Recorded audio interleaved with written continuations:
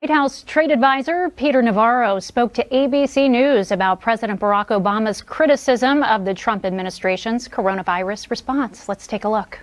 Well, I'm glad Mr. Obama has a new job as Joe Biden's press secretary. I note for the record that in his speech that I read, there was no mention of manufacturing, no mention of China.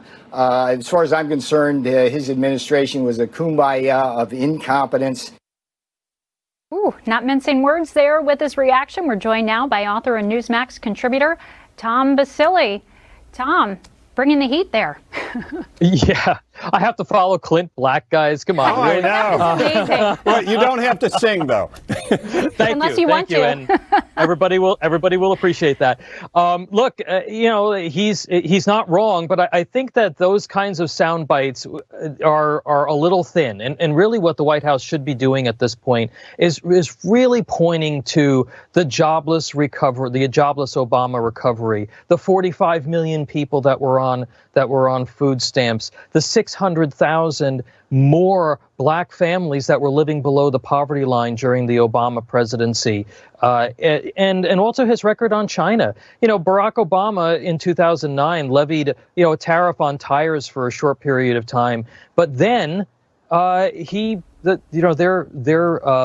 intellectual property theft was unabated, currency manipulation unabated, and our trade deficit with China during the Obama years increased by 60%. So I know that the trade advisor got a good soundbite in there, but I think it's really important for them to focus on the failed policy rather than just kind of the schoolyard tactics. Yeah.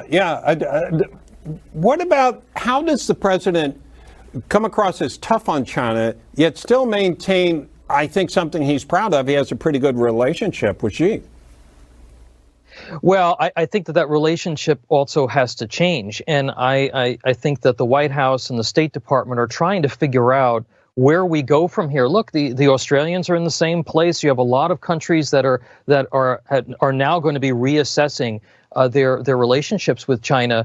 And you know that I've advocated for more of a sort of a Cold War style approach, because one of the other things that happened during the Obama years was China's relationship with Russia and with Iran got rock solid. And that kind of alliance is not a good thing for America.